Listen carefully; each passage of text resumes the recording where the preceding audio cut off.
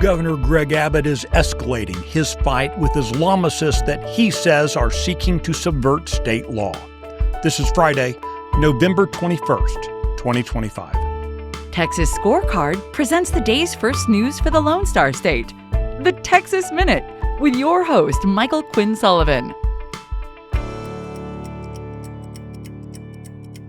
We've almost made it to the end of the week. Thanks for spending part of your Friday with the Texas Minute.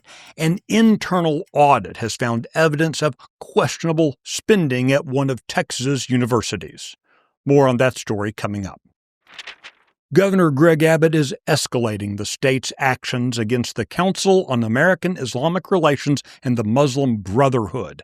On Thursday, the governor directed the Texas Department of Public Safety to launch criminal investigations into the organizations and their affiliates. In a letter to the head of DPS, Abbott wrote that CARE and the Muslim Brotherhood, quote, have long made their goals clear to forcibly impose Sharia law and establish Islam's mastership of the world. He accused the groups of supporting terrorism, engaging in intimidation, and attempting to subvert state law through radical activity. Earlier this week, in accordance with new state law, the governor issued a declaration designating CARE and the Muslim Brotherhood as foreign terrorist organizations and transnational criminal organizations. Those designations make them prohibited entities in the state and subject to heightened enforcement. In his directive yesterday, the governor ordered DPS to initiate criminal investigations into any individuals or entities seeking to enforce Sharia law. Despite many U.S. Immigration and Customs Enforcement agents receiving no pay during the 43-day Democrat-led shutdown of the federal government, arrests of illegal aliens continued in southeast Texas. ICE agents in Houston nabbed more than 3,500 illegal aliens during the shutdown. Among those arrested by ICE include murderers, sex offenders, child predators, gang members, and individuals convicted of aggravated assault. When the Texas Minute returns, we'll have two stories on university governance. Hey there, folks. Chris Salcedo here from the Salcedo Storm podcast. As your friendly, liberty-loving Latino, I bring you a mix of engaging discussions to help us fight for our families, our state, and our conservative values. Tune in weekdays wherever you listen to podcasts.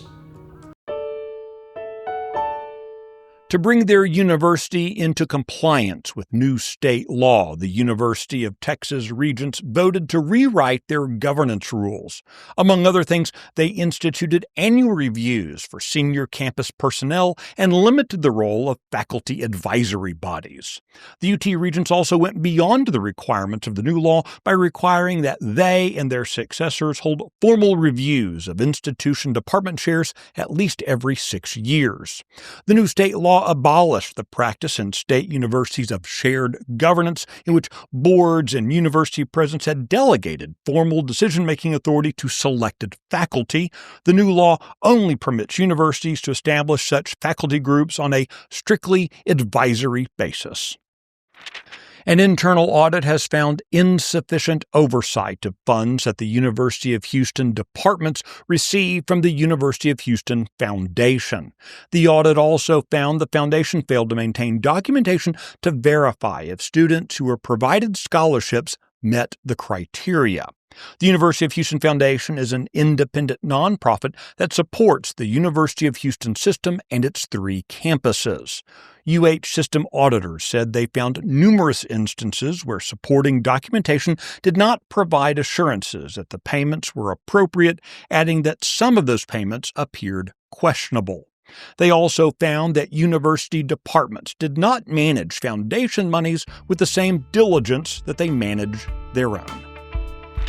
You can find details on all the stories mentioned today and keep up with the latest news by visiting TexasScorecard.com. This edition of the Texas Minute was based on the original reporting of Brandon Waltons, Addie Hovland, Adam Kahn, and Robert Montoya. Our producer is Nick Shepard. I look forward to seeing you out around the Lone Star State. Now go make it a great weekend.